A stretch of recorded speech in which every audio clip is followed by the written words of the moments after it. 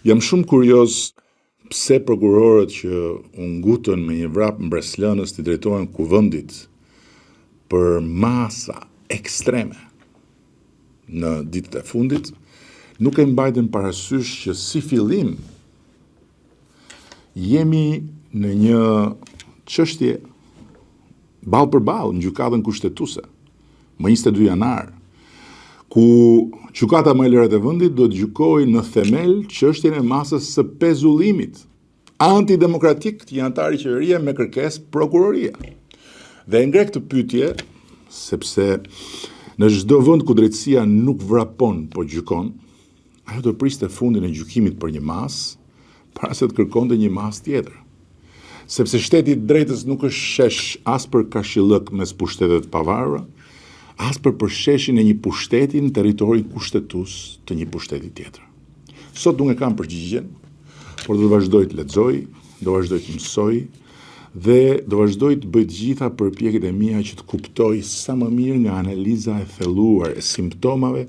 të brutalitetit në ushtrimin e pushtetit gjyqësor.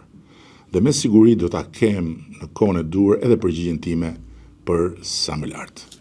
Por në ndërkohë, sikur është bërë qartë edhe në Komisionin e Mandateve në Kuvend, nuk ka asnjë gjas që ne, shumica qeverisëse dhe parlamentare e këtij vendi, ta shqyrtojmë kërkesën e ngutur të prokurorëve për të autorizuar masa të reja ekstreme, të cilat edhe në dritën e raportit të ekspertëve të Këshillit të Evropës, edhe në dritën e raportit të Komisionit të Torturave të Këshillit të Evropës, edhe në dritën e shumë shkaje tjetër, janë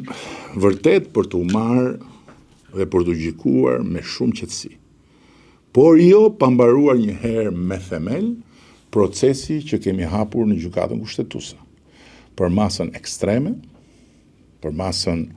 antidemokratike, për masën antikushtetuese të pezullimit nga prokurorët që sikur s'kishte ndodhur dhe s'ka ndodhur asgjë, erdhën me vrap të kërkojnë masa të tjera. Drejtësia nuk vrapon, drejtësia gjykon.